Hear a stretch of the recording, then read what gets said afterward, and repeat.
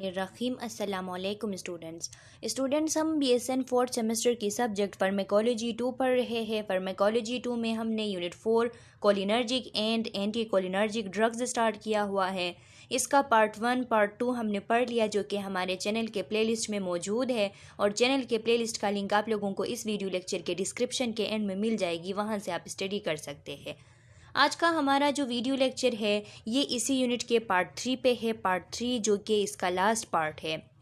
तो students, video lecture को start करने से पहले आप लोगों से छोटी सी रिक्वेस्ट है कि अगर आप हमारे चैनल लेक्चर्स बाय मुश्तफ़ा अज़हर में नए हैं, चैनल को सब्सक्राइब करें, बेल आइकन को प्रेस करें ताकि आने वाली न्यू वीडियो लेक्चर्स की नोटिफिकेशन आप लोगों को मिल सके, और इस वीडियो लेक्चर को लाइक ज़रूर करें।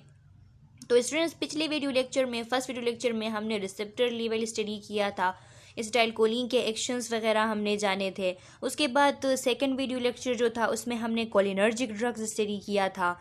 आज हम एंटी कोलिनर्जिक ड्रग्स पढ़ेंगे। तो स्टूडेंट्स, एंटी कोलिनर्जिक ड्रग्स क्या होती है? Also called antimuscarinics, parasympatholytics or cholinergic blocking drugs. इन्हें हम एंटी मस्कुरेनिक्स भी कहते हैं क्योंकि ये मस्कुरेनिक रिसेप्टर को ब्लॉक करती है, इस वजह से एंटी मस्कुरेनिक भी कहते हैं। पैरासिम्पेथोलाइटिक भी कहते हैं कि ये पैरासिम्पैथेटिक नर्वस सिस्टम को स्टॉप करती है, उसको इनएक्टिवेट करती है। और इनको हम कोलिनर्जिक ब्लॉकिंग ड्रग्स भी कहते हैं क्योंकि जो कोलिनर्जिक रिसेप्टर है, मस्कुरेनिक और निकोटिनिक रिसेप्टर, ये उनको ब्लॉक करते हैं, इस वजह से हम इनको कोलिनर्जिक ब्लॉकिंग ड्रग्स कहते हैं। They block the effect of acetylcholine on muscarinic receptor. ये क्या करती है? एसिटाइलकोलिन की जो एक्शन होती है, एसिटाइलकोलिन की जो इफेक्ट होती है मस्कुरेनिक रिसेप्टर्स पे, उसको ब्लॉक करती है। इसलिए हम इनको कोलिनर्जिक ब्लॉकिंग एजेंट या फिर इनको हम एंटी कोलिनर्जिक्स कहते हैं। Drug that block nicotinic receptor are ganglionic blocker or neuromuscular blocker. और ये जो हमारे साथ जो ड्रग निकोटिनिक रिसेप्टर को ब्लॉक करती है तो उनको हम गैंग्लियोनिक ब्लॉकर्स कहते हैं या फिर न्यूरोमस्कुलर ब्लॉकर्स कहते हैं। क्यों इस तरह कहते हैं? क्योंकि हमारे साथ निकोटिनिक रिसेप्टर के जो 2 सब टाइप्स थे, एक निकोटिनिक मसल टाइप था, वो न्यूरोमस्कुलर जंक्शन पे मौजूद होता था, और जो निकोटिनिक न्यूरोनल टाइप था वो गैंग्लियोनिक पार्ट पे मौजूद होता था, गैंग्लियन पे मौजूद होता था। इस वजह से हम इनको कहते हैं गैंग्लियोनिक ब्लॉकर, क्योंकि ये ड्रग्स जो है ये जाके निकोटिनिक न्यूरोनल टाइप को भी ब्लॉक करते हैं और निकोटिनिक मसल टाइप को भी ब्लॉक करते हैं। इसीलिए हम इनको गैंग्लियोनिक ब्लॉकर्स और न्यूरोमस्कुलर ब्लॉकर्स भी कहते हैं। Cholinergic antagonist. अब कोलिनर्जिक एंटागोनिस्ट ड्रग जो है, यानी जो कोलिनर्जिक रिसेप्टर है, इनको ब्लॉक करने वाले ड्रग्स वो कौन कौन से हैं? तो लिखा है those drug which antagonise the effect of acetylcholine. वो तमाम ड्रग्स जो कि एसिटाइलकोलिन के इफेक्ट को ब्लॉक करे, इनको हम कहते हैं कोलिनर्जिक एंटागोनिस्ट।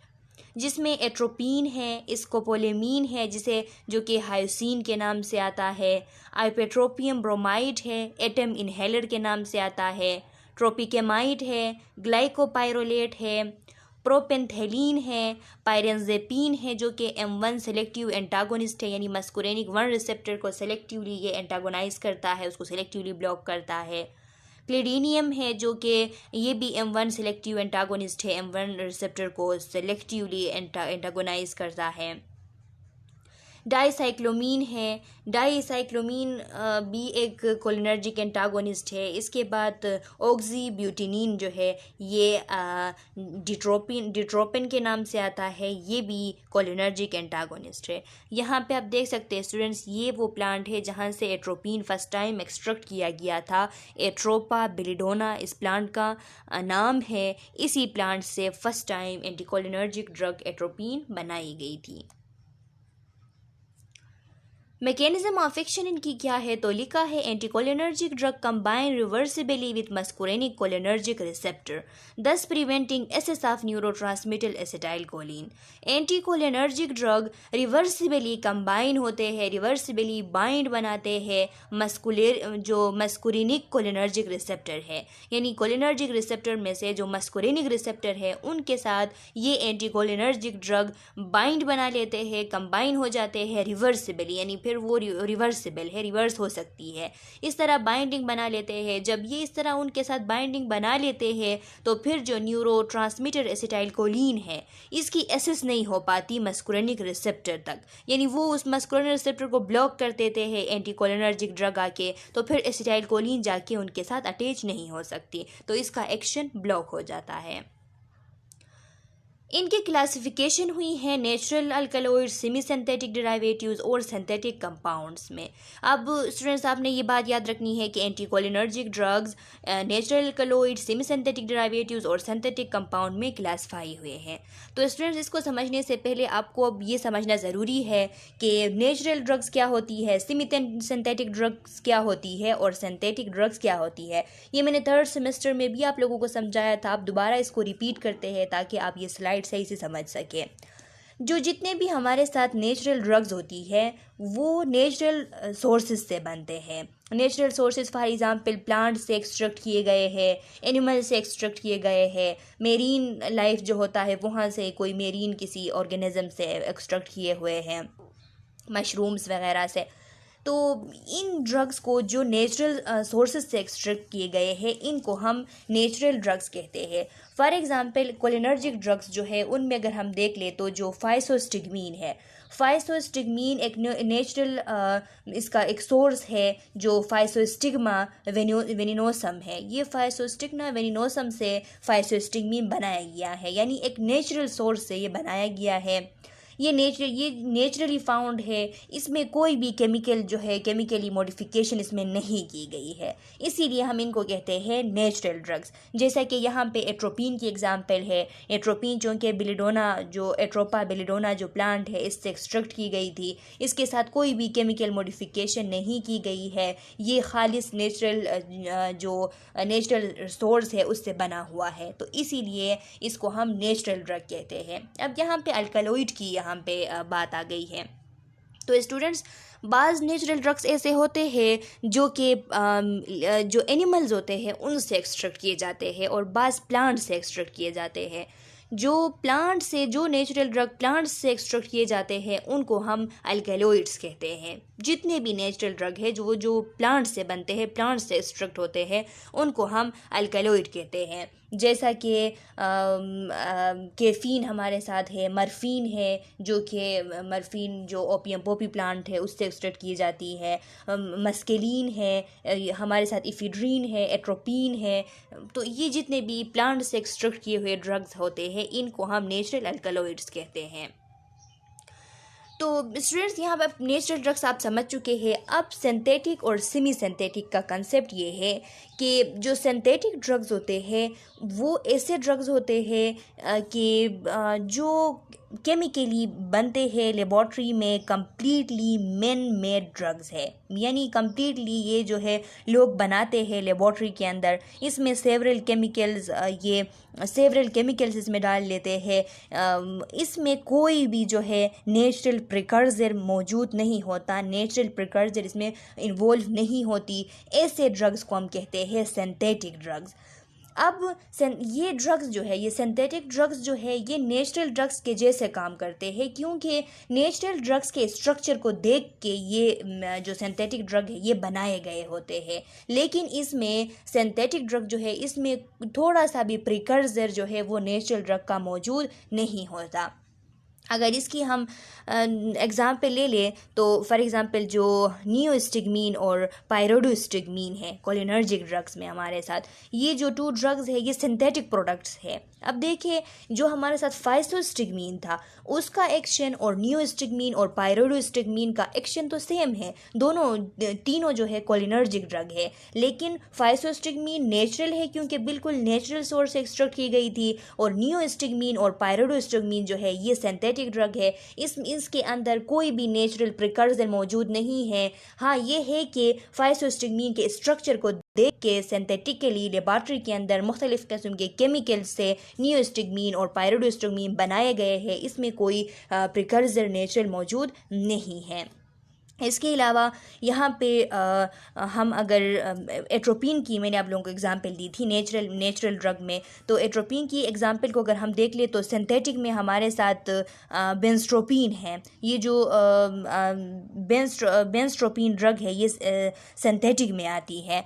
तो ये जो बेंस्ट्रोपिन है ये एट्रोपिन के जैसा काम करती है, ये भी एंटीकोलिनर्जिक है, एट्रोपिन भी एंटीकोलिनर्जिक है, लेकिन एट्रोपिन नेचुरल बेलेडोना से जो है वो एक्सट्रैक्ट किया गया है और बेंस्ट्रोपिन एट्रोपिन के स्ट्रक्चर को देख के बनाया गया है, इसमें कोई नेचुरल प्रिकर्सर मौजूद नहीं होती। तो यही फ़र्क होता है नेचुरल और सिंथेटिक ड्रग्स में। अब सेमी सिंथेटिक का देख ले स्टूडेंट्स, ये जो सेमी सिंथेटिक ड्रग है इनको हम नेचुरल नहीं कह सकते क्योंकि ये नेचुरली फाउंड नहीं होते, लेकिन इनको हम सिंथेटिक भी नहीं कह सकते क्योंकि ये फुली केमिकल से बने नहीं होते हैं। इसमें थोड़ा सा जो प्रिकर्सर होता है, नेचुरल प्रिकर्सर, वो मौजूद होता है। नेचुरल जो ड्रग होती है उसका कुछ हिस्सा जो है वो इसमें इसमें जो है मैन्युफैक्चरिंग प्रोसेस के दौरान कुछ हिस्सा उसका इस्तेमाल कर लेते हैं, कुछ प्रिकर्सर इसमें मौजूद होती है, इसीलिए हम इनको सेमी सिंथेटिक कहते हैं कि नेचुरल प्रिकर्सर भी मौजूद होता है और उसके साथ केमिकल एडिट करते हैं और इसको एक स्ट्रॉन्ग एक्टिंग ड्रग बनाते हैं, तो इसीलिए हम इसको कहते हैं सेमी सिंथेटिक ड्रग।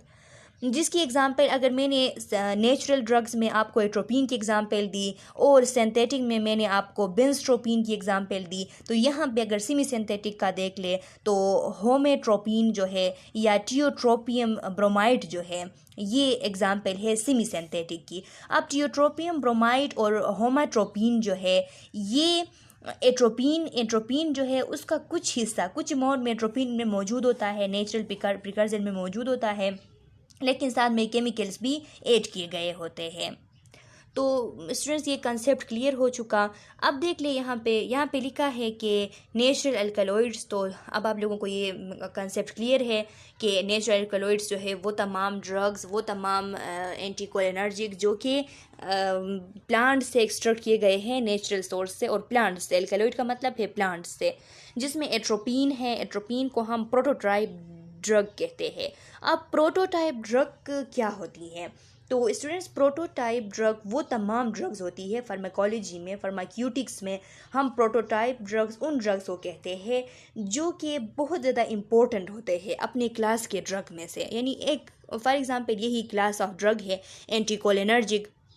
एंटीकोलिनर्जिक में सबसे जो इम्पोर्टेंट ड्रग है वो एट्रोपिन है और फर्स्ट टाइम एक्सट्रैक्ट होने वाली ड्रग जो है वो भी एट्रोपिन है। तो ये जो प्रोटोटाइप ड्रग होते हैं उन ड्रग्स को कहा जाता है जो कि फर्स्ट टाइम डिस्कवर हुए थे, और फर्स्ट टाइम डिस्कवर होने के साथ साथ बहुत ज़्यादा इस क्लास में सबसे इम्पोर्टेंट जो होते हैं, जो कि होल क्लास ऑफ ड्रग को उनके एक नाम को लेने से होल क्लास ऑफ ड्रग जब रिप्रेजेंट होती है तो ऐसे ड्रग्स को हम कहते हैं प्रोटोटाइप ड्रग। जैसा कि हम जब भी एट्रोपिन कहते हैं तो एट्रोपिन के कहने से ये जो सारा क्लास है ये रिप्रेजेंट होता है कि एट्रोपिन एंटीकोलिनर्जिक ड्रग है, इसके ये फंक्शंस है, तो इसलिए इसको हम प्रोटोटाइप ड्रग्स कहते हैं।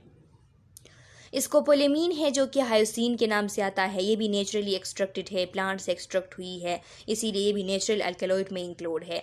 अब सेमी सिंथेटिक डेरिवेटिव्स को अगर हम देख ले तो होमाट्रोपिन है जिसका मैंने आप लोगों को बताया, आइप्रोट्रोपियम ब्रोमाइड है, टियोट्रोपियम ब्रोमाइड है। ये ऐसे ड्रग्स है जिसमें नेचुरल प्रिकर्सर भी मौजूद है और केमिकल्स भी इसमें मौजूद है, दोनों की मिक्सचर होती है। कम्प्लीटली नेचुरल भी नहीं होती, यानी नेचुरली फाउंड नहीं होती, और कम्प्लीटली केमिकल्स भी नहीं होते, इस वजह से इनको सेमी सिंथेटिक डेरिवेटिव्स कहा जाता है। अब सिंथेटिक कंपाउंड्स अगर हम देख ले तो सिंथेटिक कंपाउंड्स में साइक्लोपेंटोलेट है, ट्रोपिकेमाइड है और बेंजेक्सोल है। बेंजेजोल जो है ये और बाइपेराइडीन और बेंस्ट्रोपिन जो है ये एग्जाम्पल है सिंथेटिक कंपाउंड की। मतलब ये कि इसमें थोड़ा सा भी नेचुरल प्रिकर्सर मौजूद नहीं है, नेचुरल जो ड्रग्स है उनके स्ट्रक्चर को देख के ये बनाए गए हैं, लेकिन इसमें इनका प्रिकर्सर मौजूद नहीं नहीं होता, कम्प्लीटली लेबॉर्ट्री में मैन मेड ड्रग्स होते हैं, इनको हम सिंथेटिक कंपाउंड्स कहते हैं। अब यहाँ पे माइड्रियाट्रिक्स की बात है तो माइड्रियाट्रिक का मतलब ये है कि ये माइड्रियासिस काज करते हैं। ये ड्रग जो है, माइड्रियासिस का मतलब है कि जो प्यूपिल है उसकी डायलेशन काज करते हैं। मैंने आप लोगों को बताया था पिछले वीडियो लेक्चर में, जो जितने भी कोलिनर्जिक ड्रग है वो क्या करते हैं, वो मियोसिस काज करते हैं। मायोसिस का मतलब है वो पिन पॉइंट प्यूपिल बना देते हैं, प्यूपिल की बहुत ज़्यादा कंस्ट्रक्शन करते हैं। तो उसके बरअक्स जो एंटी कोलिनर्जिक ड्रग है, ये माइड्रियाट्रिक्स है, ये प्यूपिल की डायलेशन काज करते हैं, जिसमें साइक्लोपेंटोलेट है और ट्रोपिकेमाइड है। अब इसमें कुछ ड्रग्स ऐसे होते हैं जो कि एंटी पार्किंसोनियन है, मतलब कि पार्किंसंस डिजीज़ जो है उसको ट्रीट करने के लिए यूज़ की जाती है, जिसमें बेंजेजोल है और बाइपराइडीन है और बेंस्ट्रोपीन है। अब स्टूडेंट्स, आप लोग ये सोच रहे होंगे कि ये पार्किंसंस डिजीज़ को किस तरीके से ट्रीट करती है। तो पार्किंसंस डिजीज़ हम पैथोफिजियोलॉजी में पढ़ेंगे, वहाँ पर मैं आप लोगों को डिटेल से समझाऊंगी। यहाँ पर बस आपको बता देती हूँ कि ये जो पार्किंसंस डिजीज़ होती है, ये एक ऐसी डिजीज़ है जिसमें जो ब्रेन के अंदर डोपामीन प्रोड्यूसिंग नर्व सेल्स होती है वो उनकी डेथ हो जाती है। जब इनकी डेथ हो जाती है, डोपामीन प्रोड्यूसिंग नर्व सेल की डेथ हो जाती है, तो फिर जो बैलेंस है एसिटाइलकोलिन और डोपामीन में, ये दोनों न्यूरोट्रांसमीटर है, डोपामीन भी एसिटाइलकोलिन भी, जब कोई डोपामीन फार्मिंग नर्व सेल्स जो है उनकी डेथ हो जाती है तो एसिटाइलकोलिन और डोपामीन में बैलेंस जो है वो डिस्टर्ब हो जाती है, यानी एसिटाइलकोलिन ज़्यादा हो जाती है और डोपामीन जो है उसकी कंसंट्रेशन कम हो जाती है। तो उस टाइम हम एंटीकोलिनर्जिक ड्रग देते हैं ताकि ये ड्रग जाके जो एसिटाइलकोलिन है उसको ब्लॉक करे, उसके एक्शन को ब्लॉक करे। एसिटाइलकोलिन जब ब्लॉक होगी तो डोपामीन जो है चूँकि वो कम हुई है मकदार में, तो एसिटाइलिन भी जब ब्लॉक होगी तो वो भी मकदार में कम होगी और फिर दोनों में बैलेंस हो जाएगी। जब बैलेंस हो जाएगी तो पार्किंसंस डिजीज़ के जो सिम्टम्स है वो ठीक हो जाएंगे। तो इसीलिए हम देते हैं। तो ये ड्रग आपने याद रखनी है कि एंटी कोलिनर्जिक ड्रग्स में से बेंजीजोल और बाइपराइडीन और जो बेंस्ट्रोपीन है, ये 3 ड्रग्स एंटी पार्किंसंस है, पार्किंसंस डिजीज़ को ट्रीट करती है। एंटी सिक्रेटरी, एंटी स्पाज्मोडिक्स, डाइक्लोमाइन और पायरेंजेपिन ग्लाइकोपाइरोलेट। अब ये जो 3 ड्रग्स है, डाइक्लोमाइन है या डाईसाइक्लोमाइन, सॉरी स्टूडेंट्स, डाईसाइक्लोमाइन है, डाइक्लोमाइन नहीं है, डाईसाइक्लोमाइन है, पायरेंजेपिन है, ग्लाइकोपाइलोरेट है। इन 3 ड्रग्स को हम कहते हैं एंटी सिक्रेटरी। क्योंकि ये जो है एसिटाइलकोलिन के एक्शन को स्टॉप करते हैं। तो एसिटाइलकोलिन का काम ये था कि वो सिक्रीशन को इंक्रीज़ करती थी, सिक्रीशन को इंक्रीज़ करके जितने भी सिक्रीशंस है, स्लाइवरी सिक्रीशंस हो गया, लेक्रिमल सिक्रीशन हो गया, जितने भी हमारे ग्लैंड्स के सिक्रीशन हैं, स्वीट ग्लैंड्स, सबको वो इंक्रीज़ करती थी। तो जब हम एंटीकोलिनर्जिक्स देते हैं जिसमें डाईसाइक्लोमीन है या पायरेंजेमीन है या ग्लाइकोपाइरोलेट है, तो ये जाके एंटी सिक्रेटरी काम करते हैं, सिक्रीशंस को स्टॉप करते हैं, एसिटाइलकोलिन के एक्शन को ब्लॉक करते हैं, तो सिक्रीशन खुद से स्टॉप हो जाते हैं। और जाहिर सी बात है कि जब एसिटाइलकोलिन एक्टिवेट हो जाती थी तो वो जाके एसिटाइलकोलिन क्या करती थी, जो M3 रिसेप्टर है स्मूथ मसल्स में, उन M3 रिसेप्टर को एक्टिवेट करती थी। M3 रिसेप्टर जब एक्टिवेट हो जाते थे तो वो कंट्रक्शन काज करते थे, कंट्रक्शन के लिए उनका काम था कंट्रक्शन करना। तो कभी कभार जो है एसिटाइलकोलिन की ज़्यादा होने की वजह से, एसिटाइलकोलिन की इंक्रीज़ एक्शन की वजह से बहुत ज़्यादा कंट्रक्शन हो जाती है, M3 रिसेप्टर हाइपर एक्टिव हो जाते हैं और स्पाज़म हो जाती है। तो उस स्पाज़म को ट्रीट करने के लिए हम एंटीकोलिनर्जिक डाईसाइक्लोमीन, पायरेंजेपिन या ग्लाइकोपाइलोरेट दे देते हैं ताकि ये जाके जो M3 रिसेप्टर है उनको ब्लॉक कर सके और जो कंट्रक्शन रेट है वो कम हो जाए, मतलब कि एंटी स्पाज़म जो है वो ठीक हो जाए।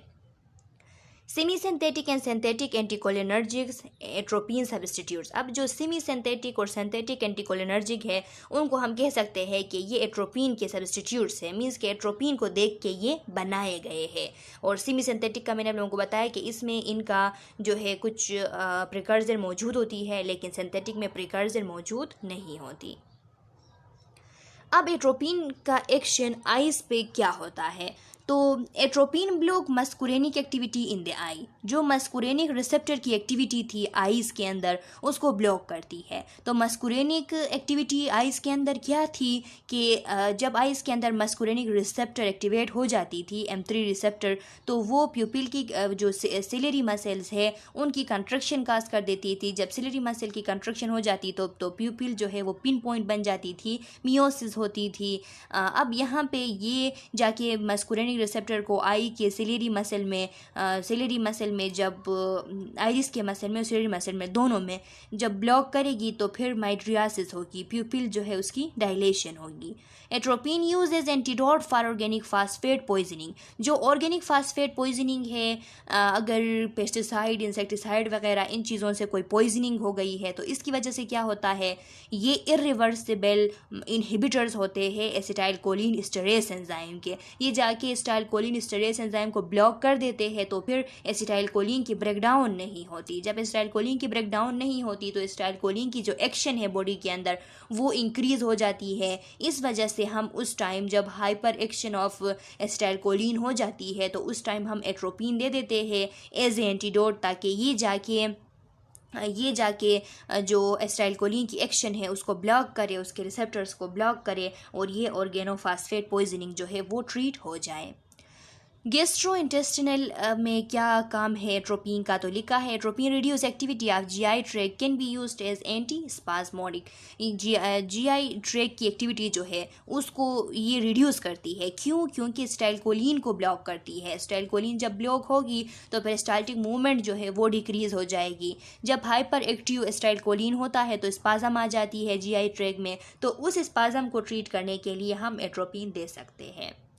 सिक्रीशंस में क्या काम है, atropine block muscarinic receptor in the salivary glands. Salivary glands के अंदर एट्रोपिन क्या करती है, जितने भी ग्लैंड्स है सब के अंदर सिक्रीशंस को रिड्यूस कर देती है। क्यों? क्योंकि एसिटाइलकोलिन को ब्लॉक कर देती है। एसिटाइलकोलिन जब एक्टिवेट हो जाती थी तो स्लाइवरी ग्लैंड्स में जो मस्कुरेनिक रिसेप्टर है वो एक्टिवेट हो जाते थे। जब वो एक्टिवेट हो जाते थे तो जितने भी ग्लैंड्स है, चाहे स्लाइवरी हो स्वीट हो, वो सब की सिक्रीशंस इंक्रीज होते थे।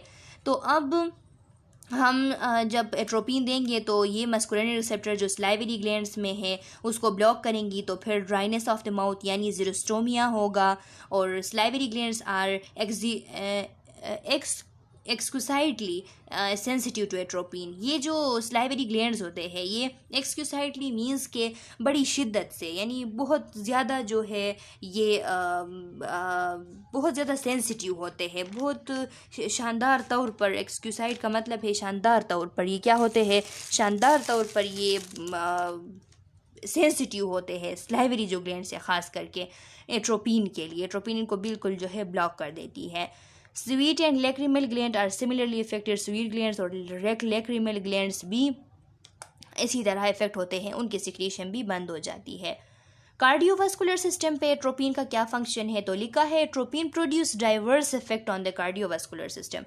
कार्डियोवास्कुलर सिस्टम पे दो किस्म के इफेक्ट एट्रोपिन के हो सकते हैं, डिपेंडिंग ऑन द डोज पे डिपेंड करती है। किस तरीके से, एट लो डोजेस, अगर लो डोजेस में हम एट्रोपिन दे देते हैं तो फिर atropine cause decrease in heart rate. Atropine भी क्या करेगी, जैसे कोलिनर्जिक ड्रग हार्ट में हार्ट रेट को डिक्रीज करती है, इसी तरीके से ये एंटी कोलिनर्जिक एट्रोपिन भी लो डोज में हार्ट रेट को डिक्रीज करेगी। लेकिन higher doses of atropine cause a progressive increase in heart rate by blocking the M2 receptor on the sinoatrial node. लेकिन जब हम हाई डोज में दे देते हैं तब एट्रोपिन क्या करती है, एट्रोपिन हार्ट रेट को इंक्रीज़ करती है। किस तरीके से, ये जाके जो M2 रिसेप्टर है, मस्कुरेनिक 2 रिसेप्टर, उनको ब्लॉक करती है। जब वो जो एसए नोड है वहाँ पे मौजूद होते हैं, वहाँ पे जब ब्लॉक हो जाते हैं तो एसए नोड की एक्टिविटी डिक्रीज़ हो जाती है, जिससे हार्ट रेट, एसए नोड की एक्टिविटी जो है वो इंक्रीज़ हो जाती है,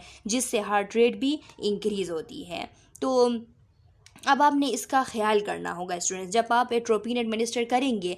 फॉर एग्जांपल अगर कोलिनर्जिक पॉइजनिंग हुई है, कोलिनर्जिक ओवरडोज हुई है, जिसकी वजह से हार्ट रेट ब्रेडिकार्डिया में चला गया है, हार्ट रेट बहुत कम है, और आपने ऊपर से क्या किया, एट्रोपिन का लो डोज दे दिया उस पेशेंट को, तो फिर मज़ीद हार्ट रेट जो है वो डिक्रीज़ हो जाएगी।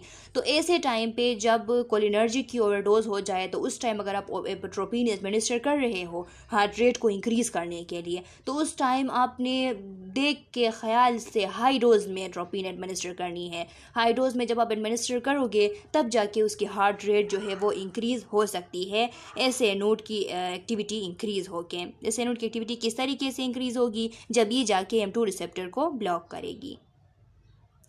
रिस्पायरेटरी सिस्टम में क्या होता है, कोलिनर्जिक सिस्टम जब मैं आप लोगों को पढ़ा रही थी तो मैंने आप लोगों को बताया था कि कोलिनर्जिक सिस्टम जो है, जो कोलिनर्जिक एक्टिवेशन होती है वो रिस्पायरेटरी सिस्टम के लिए बुरी बात है। क्यों बुरी बात है? क्योंकि वहाँ पे जो ब्रोंकियल स्मूथ मसल है वहाँ पे भी M3 रिसेप्टर मौजूद होता है और इसके एक्टिवेशन की वजह से ब्रोंको कंस्ट्रक्शन हो जाती है। तो यहाँ पे अगर हम एंटीकोलिनर्जिक्स देंगे, एट्रोपिन देंगे, तो एट्रोपिन का रिस्पायरेटरी सिस्टम पे क्या काम होगा कि यहाँ पे ब्रोंकोडाइलेशन काज होगी और जिस तरह कोलिनर्जिक्स की वजह से सिक्रीशन इंक्रीज़ होती थी, म्यूकस सिक्रीशन इंक्रीज़ होती थी और रिस्पायरेटरी ब्लॉकेज हो जाती थी, यहाँ पे जो सिक्रीशंस है वो भी डिक्रीज़ होंगे और ब्रोंकोडाइलेशन काज होगी। तो जो एंटीकोलिनर्जिक सिस्टम है, एंटीकोलिनर्जिक जो एक्टिवेशन है वो रिस्पायरेटरी सिस्टम के लिए अच्छा है। सेंट्रल नर्वस सिस्टम में एट्रोपिन क्या करेगा? एट्रोपिन है central nervous system stimulant action at high dose. अगर हाई डोज में एट्रोपीज देंगे तो एट्रोपिन हाई डोज में सेंट्रल नर्वस सिस्टम स्टिमुलेंट है, सेंट्रल नर्वस सिस्टम को स्टिमुलेट करती है। High dose is cause cortical excitation, जो सेरेब्रल कॉर्टेक्स होता है उसकी एक्साइटेशन काज करती है जब हम हाई डोज में एट्रोपिन दे देते हैं। कॉर्टिकल एक्साइटेशन का मतलब क्या है? कोई स्मॉल स्टिमुलस हो तो उसके लिए भी लार्ज अमाउंट में और रिपीडली रिस्पॉन्स जो है वो प्रोड्यूस होती है। तो इस कंडीशन को हम कॉर्टिकल एक्साइटेशन कहते हैं। तो इस वजह से बंदा जो है वो रेस्टलेस हो जाता है, बेचैन हो जाता है, डिसोरिएंटेशन, वो जो प्लेस, पर्सन और टाइम वगैरह है इनको सही से नहीं पहचान सकता, डिसओरिएंटेड हो जाता है। हेलुसिनेशंस उसको आ जाते हैं, हेलुसिनेशंस ऐसे ख्यालात, ऐसी चीज़ें उसको नज़र आती है जो कि रियल में नहीं होती, और डिलीरियम में चला जाता है। डिलीरियम कोमा की एक कंडीशन है जिसमें वो अगर हम कोशिश करें तो वो दोबारा होश में आ सकता है। इस किस्म के कोमा को हम डिलीरियम कहते हैं।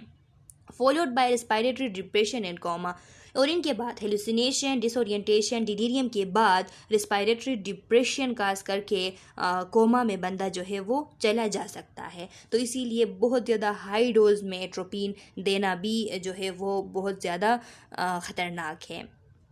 बेरली का है it's suppress trimmer and rigidity of parkinsonism, लेकिन इन हाई डोजेस में जब हम देते हैं तो ये जो ट्रिमर्स होती है, जो झटके होते हैं, जो पार्किंसंस डिजीज़ की वजह से जो बॉडी में रिजिडिटी होती है, स्पाज़म होती है, उसको रिलीव करती है, उसको सप्रेस करती है। इसीलिए पार्किंसंस डिजीज़ को ट्रीट करने के लिए हम ये ड्रग्स यूज़ करते हैं, एंटीकोलिनर्जिक्स। स्मूथ मसल्स के साथ क्या करती है? तो all visceral smooth muscles that receive parasympathetic motor innervation are relax by atropine due to M3 blockade.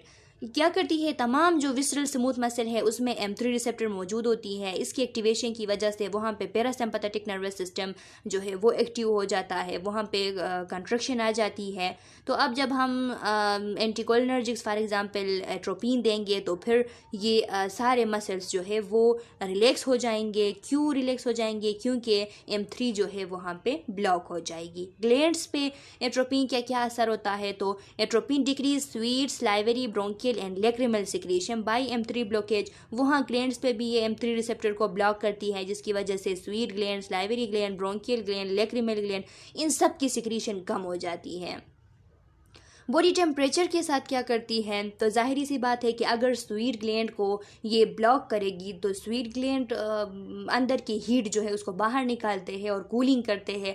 अब स्वीट ग्लैंड जब ब्लॉक है तो पसीने नहीं निकल रहे, जब पसीने नहीं निकलेंगे तो फिर बॉडी टेम्परेचर इंक्रीज हो जाएगी। लिखा है rise in body temperature occur at high dose due to both inhibition of sweat gland as well as stimulation of temperature regulating centre in the hypothalamus. ये स्वीट ग्लैंड को block करती है, इस वजह से भी टेम्परेचर हाई होगा। और दूसरी बात ये कि ये जाके सेंट्रल नर्वस सिस्टम में जो ब्रेन में हाइपोथैलेमस है, रिस्पायरेटरी जो सेंटर है, उसको स्टिमुलेट करती है जिसकी वजह से भी टेम्परेचर इंक्रीज होती है। जेनिटो यूरिनरी ट्रैक में क्या करती है, तो जाहिर सी बात है कोलिनर्जिक ड्रग क्या करते थे। कोलिनर्जिक ड्रग जो यूरिनरी ब्लैडर है उसके जो मसल्स है, डिट्रूसर मसल, वहाँ पे कंट्रक्शन काज करते थे जिसकी वजह से यूरिनेशन होती थी। अब हम anti cholinergic for example atropine देंगे तो ये जो यूरिटर्स और यूरिनरी ब्लैडर है वहाँ पे उसके मसल में रिलैक्सेशन काज करेंगी और रिलैक्सेशन की वजह से क्या होगा, यूरिनरी रिटेंशन हो जाएगी। ग्लैंड्स पे क्या करेंगे, तो हमने बार बार पढ़ा है कि sweat glands, salivary gland, tracheobronchial और लैक्रिमल सिक्रीशन को सबको ये डिक्रीज करती है।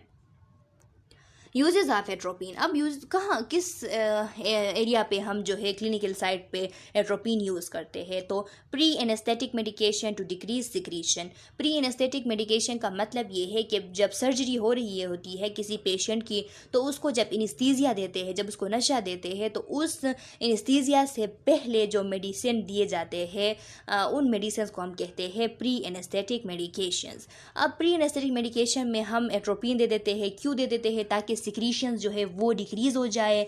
सिक्रीशंस को हम क्यों डिक्रीज़ करते हैं, ताकि जब स्टूडेंट्स तरह होता है ना कि ड्यूरिंग सर्जरी जब सिक्रीशंस इंक्रीज़ हो जाते हैं, फॉर एग्जांपल ये ज़्यादातर ये जो एजोफेगस के अंदर सिक्रीशंस और ट्रेकियोब्रोंकियल सिक्रीशंस ये जब इंक्रीज़ हो जाते हैं तो एस्पायरेशन होती है। ये एजोफेगस से सिक्रीशन इंक्रीज़ हो जाते हैं तो वो आके ट्रेकिया पे चले जाते हैं और एस्पायरेशन होती है, जिससे पेशेंट जो है पेशेंट का एयरवे ब्लॉक होके वो उसकी डेथ भी हो सकती है। तो इस वजह से हम as a pre anaesthetic medication के तौर पर एट्रोपिन दे देते हैं ताकि सिक्रीशंस डिक्रीज़ हो और एस्पायरेशन की जो रिस्क है वो कम हो। ऑर्गेनोफास्फोरस पॉइजनिंग में हम देते हैं कोई भी इंसेक्टिसाइड पेस्टिसाइड यूज़ करते वक्त अगर किसी को पॉइजनिंग हो जाती है तो उनमें मैंने बार बार आप लोगों को बताया है कि एसिटाइल कोलिन एस्टरेज जो एंजाइम है उसकी वो ब्लॉक हो जाती है परमानेंटली। ये ऑर्गेनोफास्फोरस पॉइजन उसको ब्लॉक कर देते हैं। जब परमानेंटली ब्लॉक हो जाती है तो एसिटाइल कोलिन की मकदार बॉडी में ज़्यादा होती है, उसके ब्रेक डाउन के लिए कोई चीज़ नहीं होती, उसकी मकदार ज़्यादा होती है तो उसकी एक्शन भी ज़्यादा होती है। तो इसीलिए इस एंजाइम को इस एसिटाइल कोलिन के ज़्यादा जो एक्शन जो इंक्रीज़ हुई है बॉडी के अंदर, इसको रिड्यूस करने के लिए इस टाइम हम एट्रोपिन एडमिनिस्टर करते हैं। थेरापेटिक यूजेस ऑफ एंटीकोलिनर्जिक्स, अब ये जितने भी एंटीकोलिनर्जिक ड्रग्स हैं इन सब के थेरापेटिक यूजेस स्लाइड में दिए गए हैं। Pre anaesthetic medication reduce excessive salivation, sialorrhoea and respiratory secretions. ये मैंने आप लोगों को बताया कि बहुत ज़्यादा सलाइवेशन जिसे हम सेलोरिया कहते हैं या फिर रेस्पिरेटरी जो सिक्रीशंस है उनको रिड्यूस करने के लिए as a pre anaesthetic medication हम एडमिनिस्टर करते हैं।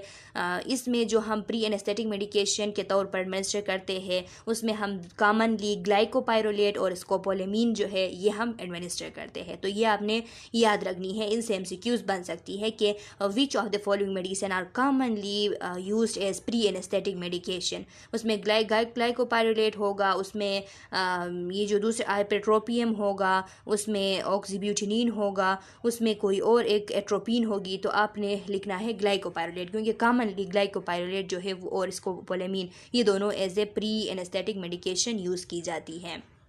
पेप्टिक अल्सर को ट्रीट करने के लिए वो क्योंकि एसिटाइल कोलिन की वजह से सेल की सिक्रीशन इंक्रीज़ होती है। तो यहाँ पे लिखा है कि peptic ulcer decrease gastric secretion, ये एंटीकोलिनर्जिक ड्रग गैस्ट्रिक सिक्रीशन जो है उसको डिक्रीज़ करती है। ख़ास करके क्लाइडीनियम जो है, क्लाइडीनियम अब ये आपने याद रखनी है कि पेप्टिक अल्सर को ट्रीट करने के लिए एंटीकोलिनर्जिक्स में से कौन सा ड्रग, क्लाइडीनियम जो है ये ज़्यादातर जो है वो इफ़ेक्टिव है, ये दिया जाता है।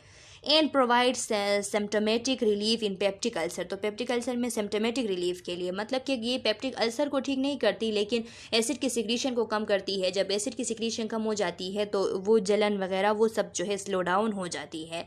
Now been suppressed by H2 blocker and PPIs, और जो प्रोटॉन पंप इनहिबिटर्स और H2 ब्लॉकर्स है वो जिस तरीके से ट्रीट करती है पेप्टिक अल्सर को, इसी तरीके से क्लिनिडियम भी ट्रीट करती है। एज एंटी स्पाज्मोडिक, इसका मैंने आप लोगों को बताया कि इंटेस्टिनल या रीनल कॉलिक है या एब्डोमिनल क्रैम्स है, बहुत ज़्यादा जो है हाइपर एक्टिवेशन की वजह से जो टोनिसिटी है मसल्स की यहाँ पे, तो उस टाइम हम एंटीकोलिनर्जिक्स देते हैं ताकि ये कंडीशन जो है वो ट्रीट हो सके, मसल की रिलैक्सेशन यहाँ पे हो सके। To relieve urinary frequency and urgency or involuntary urination and enuresis, oxybutynin और प्रोपेंथेलिन। अब मैंने आप लोगों को बताया था कि क्या होता है अगर कंस्ट्रक्शन ज़्यादा होगी यूरिनरी ब्लैडर में, तो फिर यूरिनरी फ्रिक्वेंसी हो सकती है, या अर्जेंसी, फ्रिक्वेंसी के बार बार यूरिन पास होना, अर्जेंसी बहुत ज़्यादा अर्ज होना, और इनवॉलेंट्री यूरिनेशन भी हो सकती है, जिसे हम एन्यूरियसिस कहते हैं। तो इसको ट्रीट करने के लिए हम ऑक्सीब्यूटिनिन या प्रोपेंथेलिन देते हैं, ताकि ये जाके ब्लैडर के मसल्स को रिलैक्स कर सके और यूरिनरी रिटेंशन हो, ये कंडीशन ट्रीट हो सके। ब्रोंकियल आस्थमा अगर है तो ब्रोंको कंस्ट्रक्शन की वजह से होती है, वहाँ पे ब्रोंको डायलेशन हम काज करने के लिए आइपेट्रोपियम देते हैं। एज माइड्रियाट्रिक एंड साइक्लोप्लेजिक, हम ये ड्रग्स जो है एज ए माइड्रियाटिक भी दे सकते हैं, माइड्रियासिस काज करने के लिए, यानी जो प्यूपिल है उसको डायलेट करने के लिए, अगर हम फंडोस्कोपी कर रहे हो या कोई और डायग्नोस्टिक प्रोसीजर कर रहे हो जिसमें हमें प्यूपिल डायलेटेड चाहिए तो उस टाइम देते हैं। साइक्लोप्लेजिक ये जो सेलरी मसल्स है आइज़ के अंदर, उनकी जब पैरालाइज हो जाती है तो इसको कहते हैं साइक्लोप्लेजिक। तो ये साइक्लोप्लेजिक एजेंट एट्रोपिन जो हमारे साथ है, या ये जो जितने भी ड्रग्स है ये साइक्लोप्लेजिक एजेंट्स कहलाते हैं। ये साइक्लोप्लीजिया काज करते हैं, जो सेलरी मसल है उनकी पैरालाइसिस काज करते हैं, जिसकी वजह से भी प्यूपिल की डायलेशन होती है। तो ऐसे टाइम पे डायग्नोस्टिक पर्पस के लिए ये यूज़ किए जाते हैं। एज ए कार्डियोवेगोलाइटिक भी हम एंटीकोलिनर्जिक को यूज़ कर सकते हैं। वेगोलाइटिक ड्रग्स वो तमाम ड्रग्स होती है जो कि जब वेगस नर्व जो है, वेगस नर्व के जो स्टिमुलेशन है उसको कोई ड्रग इनहिबिट करे तो इनको हम कहते हैं वेगोलाइटिक ड्रग। तो ये जो एंटीकोलिनर्जिक ड्रग है ये क्या करते हैं, हार्ट के लिए जो इनर्वेशन है वेगस नर्व की उसको ये इनहिबिट करते हैं, उसके एक्शन को इनहिबिट करते हैं। क्यों इनहिबिट करते हैं? क्योंकि ये जो वेगस नर्व है ये जब हार्ट के मसल्स को और जो एवी नोड है उसको और जो क्लस्टर ऑफ सेल्स होते हैं, ख़ास करके जो अपर राइट चैम्बर है, अपर राइट चैम्बर का मीन्स के जो राइट एट्रियम है उसके बॉटम में क्लस्टर ऑफ सेल्स होते हैं, उनको वेगस नर्व सप्लाई करती है। उन सिग्नल्स के सप्लाई के बाद क्या होता है, हार्ट रेट जो ये सब कंट्रोल हो जाती है। कंट्रोल का मतलब ये है कि ये डिक्रीज़ हो जाती है। तो वेगस इनर्वेशन की वजह से हार्ट रेट डिक्रीज़ होती है, तो इस टाइम जो है ब्रेडिकार्डिया हो सकती है। अगर बहुत ज़्यादा इनर्वेशन हो रही है, वेगस नर्व हाइपर एक्टिव हो रहा है तो ब्रेडिकार्डिया हो सकती है। तो इसको ट्रीट करने के लिए हम एज ए वेगोलाइटिक एंटीकोलिनर्जिक देते हैं, ये जाके वेगस नर्व की जो इनर्वेशन है इसको इनहिबिट कर देते हैं। इसलिए कह रहा है कि एज कार्डिक वेगोलाइटिक, जिससे हार्ट रेट इंक्रीज़ होती है और हार्ट का जो जितने भी प्रोसेस है वो इंक्रीज़ हो जाती है और हार्ट का फंक्शन जो है वो बहाल हो जाता है। ऑर्गेनोफास्फेट पॉइजनिंग एंड मशरूम पॉइजनिंग, ये मैंने आप लोगों को बताया कि ऑर्गेनोफास्फेट पॉइजनिंग में दे सकते हैं, मशरूम पॉइजनिंग में दे सकते हैं। एंटीडोट फॉर कोलिनर्जिक एगोनिस्ट, जो कोलिनर्जिक एगोनिस्ट ड्रग है, कोलिनर्जिक ड्रग्स है, उनके लिए हम एंटीडोट दे सकते हैं। अगर उनकी कभी पॉइजनिंग हो जाए तो एज एंटीडोट हम एट्रोपिन दे सकते हैं। Atropine is use for the treatment of organophosphate insecticide and nerve gases. ये ऑर्गेनोफास्फेट में से इंसेक्टिसाइड है और नर्व गैसेस है, इनकी अगर पॉइजनिंग हो जाए। नर्व गैसेस किसे कहते हैं? ये नर्व एजेंट्स होती है जिनको हम सम टाइम नर्व गैसेस भी कहते हैं। ये भी क्लास ऑफ ऑर्गेनिक केमिकल्स है जो कि एसिटाइलकोलिन स्टेरेस एंजाइम को ब्लॉक करती है। तो एसिटाइलकोलिन स्टेरेस एंजाइम जब ब्लॉक होगी तो एसिटाइलकोलिन की फंक्शन इंक्रीज होगी, तो इस टाइम हम एट्रोपिन दे देते हैं इसको ब्लॉक करने के लिए, इसके एसिटाइलकोलिन के एक्शन को ब्लॉक करने के लिए। ट्रीटमेंट ऑफ एक्सेसिव स्वीटिंग, जो हाइड्रोसिस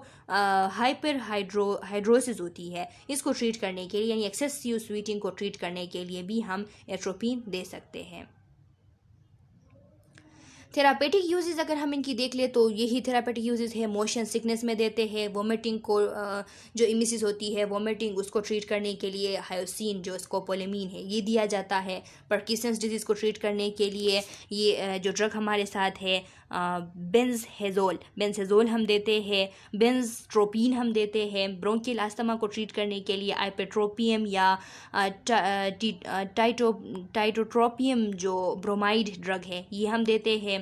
प्री एनेस्थेटिक मेडिकेशन हम ग्लाइकोपाइरोलेट देते हैं। मेड्रियाटिक एजेंट्स के तौर पे हम जब ये देखिए यहाँ पे लिखा है फंडोस्कोपी कर रहे हैं या जो रिफ्रैक्टिव एरर होती है आइज़ के अंदर उसकी टेस्टिंग हम कर रहे हैं, यानी कोई भी डायग्नोस्टिक पर्पस हम कर रहे हैं तो उस time as a mydriatic agent हम दे सकते हैं। ट्रोपिकेमाइड ज़्यादातर दिया जाता है और साइक्लोपेंटोलेट दिया जाता है। साइड इफ़ेक्ट्स क्या है अब एंटीकोलिनर्जिक ड्रग की? तो जो एंटीकोलिनर्जिक ड्रग्स हैं इनमें ज़्यादातर एट्रोपिन एडमिनिस्टर किया जाता है और फिर एट्रोपिन की जो साइड इफ़ेक्ट्स होती है इनको हम बेलिडोना पॉइजनिंग भी कहते हैं, जिसमें ये जो 3Ds है ये बहुत ही ज़्यादा कॉमन है। Dry mouth, dry flushed and hot skin, dilated प्यूपिल। ये 3 चीज़ें अगर हो गई, अगर किसी पेशेंट में ड्राई माउथ है, ड्राई फ्लश्ड स्किन है, हॉट स्किन है और डायलेटेड प्यूपिल है तो आप समझ जाए कि इसमें बेलिडोना यानी एट्रोपिन पॉइजनिंग हो गई है। तो जब ड्राई माउथ हो जाती है तो स्वालिंग में डिफ़िकल्टी होती है, टाकिंग में डिफ़िकल्टी होती है, क्योंकि स्वीट ग्लैंड्स जो है वो ब्लॉक हो जाते हैं तो टेम्परेचर हाई हो जाता है जिससे ड्राई फ्लश्ड और हॉट स्किन होती है और प्यूपिल जो है वो डायलेट हो जाते हैं। साथ में फ़ीवर भी हो सकती है क्योंकि टेम्परेचर इंक्रीज़ होती है। डिफ़िकल्टी इन मिक्चुरेशन क्योंकि यूरिनरी रिटेंशन होती है इस वजह से। एक्साइटमेंट क्योंकि ब्रेन एक्साइटेशन काज करती है एट्रोपिन। एटेक्सिया होती है, एटेक्सिया मीन्स के जो ग्रुप ऑफ डिसऑर्डर है जो कि कोऑर्डिनेशन सिस्टम को, बॉडी के बैलेंस को, मूवमेंट को अफेक्ट करती है, इनको हम एटेक्सिया कहते हैं। तो एटेक्सिया हो सकती है, डिलीरियम हो सकती है। डिलीरियम का मतलब है कि जो डिलीरियम ये इस चीज़ को कहते हैं जो पार्शियल कोमा होती है इसको डिलीरियम कहते हैं कि पेशेंट को उस टाइम हम होश में ला सकते हैं, यानी फुल कोमा नहीं है। तो ये कंडीशन हो सकती है। हेलुसिनेशंस हो सकती है, उसे अजीब अजीब किस्म के ख्यालात आते हैं। कन्वल्जेंस और कोमा में अकर इन सीवियर पॉइजनिंग। अगर सीवियर एट्रोपिन पॉइजनिंग है तो उस टाइम कन्वल्जेंस और कोमा में भी पेशेंट चला जा सकता है।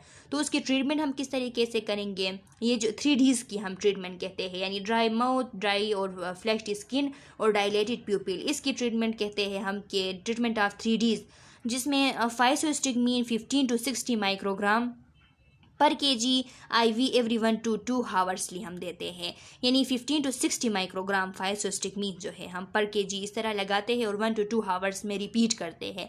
तब तक रिपीट करते हैं जब तक कि माउथ में स्लाइवेशन ना हो जाए, स्किन स्वीटिंग ना हो जाए और प्यूपिल कंट्रैक्ट ना हो जाए, तब तक हम ये एडमिनिस्टर करते हैं। अब यहाँ पे साइक्लोपीजिया का आपको बता रहा है, ये ऊपर के स्लाइड में साइक्लोपीजिया थी, इस वजह से यहाँ पे इसकी डिफिनीशन आई है कि paralysed subsidiary muscle of the I. Side effect of atropine वही ड्राई माउथ, ब्लर्ड विजन और फोटोफोबिया। वो लोग जो है नर्वस सिस्टम के कॉर्टिकल एक्साइटेशन की वजह से फोटोफोबिया में चले जाते हैं, वो लाइट को जो है बर्दाश्त नहीं कर सकते।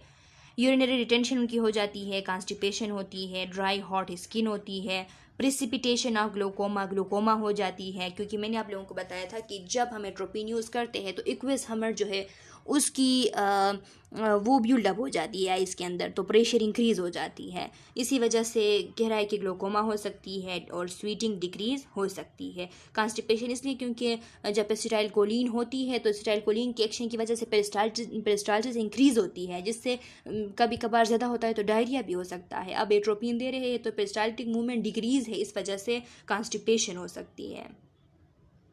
अच्छा स्टूडेंट्स, नर्सिंग कंसिडरेशंस क्या हैं? एसेस फॉर कंट्राइंडिकेशंस और काउजन। अब आपने कंट्राइंडिकेशंस और काउजन्स के लिए एसेस करनी है कि कौन कौन से एहतियात करने हैं, कौन कौन से कंट्राइंडिकेशन हो सकते हैं। यानी हिस्ट्री ऑफ एलर्जी आप देख ले कि फॉर एग्जांपल बेलेडोना से एलर्जी तो नहीं है कि हम पेशेंट को एट्रोपिन एडमिनिस्टर कर रहे हैं। GI ऑब्स्ट्रक्शन आप देख ले, हेपेटोरिनल डिसफंक्शन आप देख ले। इसके अलावा ये हम इसलिए देखते हैं ताकि एडवर्स इफेक्ट को हम अवॉइड कर सकें। एज ए नर्सेज आप लोगों की जिम्मेदारी ये है कि आप लोग बेस लाइन असेसमेंट लें पेशेंट से, उसके ताकि आप जो है पोटेंशियल एडवर्स इफेक्ट का कुछ कंसेप्ट आपको मालूम हो कि ये ड्रग एडमिनिस्टर करके मैं पेशेंट को जो है वो ख़तरा तो नहीं पहुंचा रहा। इसलिए वाइटल साइन लेना बहुत ज़रूरी है, फ़िज़िकल असेसमेंट करना ज़रूरी है। Assess neurological status, orientation, effect, reflexes to evaluate the central nervous system effect. Central nervous system के इफेक्ट को एवेलुएट करने के लिए आपने पेशेंट से ओरिएंटेशन, उसके इफेक्ट, उसके रिफ्लेक्सेस आपने पूछने हैं. एसेस एब्डोमेन आपने एसेस करनी है. बावल साउंड आपने देखने हैं कि ऐसा ना हो कि पेशेंट को ऑलरेडी कॉन्स्टिपेशन है सीवियर और ऊपर से आप उसको एट्रोपिन दे रहे हैं, या फिर कि ऐसा ना हो कि पेशेंट को सीवियर डायरिया है, आप ऊपर से फाइसोस्टिग्मीन दे रहे हैं. तो इसीलिए इन चीज़ों का ब्लैडर और यूरिनरी आउटपुट का आपने देखना ज़रूरी है to evaluate GI and GU adverse effect, ताकि हम पेशेंट को जीआई से रिलेटेड या जीयू से रिलेटेड कोई एडवर्स इफेक्ट ना दे. Ensure proper administration of drug to ensure effective use and decrease the risk of adverse effect, कि हमने सही तरीके से प्रॉपर एडमिनिस्ट्रेशन करनी है ड्रग की, ताकि हम उनकी इफेक्टिवनेस को इंक्रीज़ कर सकें और एडवर्स इफेक्ट को डिक्रीज़ कर सकें. Provide comfort mayor sugar less lozenges lightning control. हमने क्या करना है, कंफर्ट मेजर्स करने हैं, पेशेंट को शुगरलेस लोजेंजेस देने हैं. लोजेंजेस ऐसे ड्रग्स होते हैं जिनको ड्रग्स टाइप होते हैं, जैसे कि ये कैल्शियम की वो गोलियां नहीं होते जिनको जब आप मुंह में रखते हो तो वो आराम आराम से घुल जाते हैं. ऐसे चीज़ों को हम लोजेंजेस कहते हैं. तो शुगरलेस लोजेंजेस आप दे सकते हैं ताकि उसका ख्याल जो है वो थोड़ा हट जाए. लाइटनिंग कंट्रोल आप कर सकते हैं क्योंकि फोटोफोबिया में होता है एट्रोपिन पॉइजनिंग की वजह से पेशेंट अगर फोटोफोबिया में है तब स्मॉल और फ्रीक्वेंट मील आप देते हैं. पेशेंट को ड्रग इफेक्ट के साथ कोप करना सिखाते हैं. Provide patient education about drug effect and warning sign to report to enhance knowledge about drug therapy and promote compliance. आप पेशेंट को एजुकेट करेंगे कि अगर कोई वार्निंग साइंस आप उनको बताएंगे कि अगर इस तरह साइंस आए तो रिपोर्ट करना है. ड्रग के बारे में, ड्रग थेरेपी के बारे में आप उसको एजुकेशन देंगे, उसके नॉलेज को इंक्रीज़ करेंगे ताकि आप पेशेंट के जो कम्प्लियंस है उसको प्रमोट कर सकें. अच्छा स्टूडेंट्स, तो ये यूनिट 4 आप लोगों का कंप्लीट हो चुका. मैं उम्मीद करती हूँ कि आप लोगों को कोलिनर्जिक एंटी कोलिनर्जिक ड्रग बहुत अच्छे से समझ आ गई है. फिर भी अगर कोई क्वेश्चन है, कोई कन्फ्यूजन है तो कमेंट सेक्शन में पूछ लें. मैं नेक्स्ट वीडियो लेक्चर में हम जब कोई और यूनिट स्टार्ट करेंगे तब आप लोगों के क्वेश्चन का आंसर करूँगी. तब तक के लिए अल्लाह हाफिज़.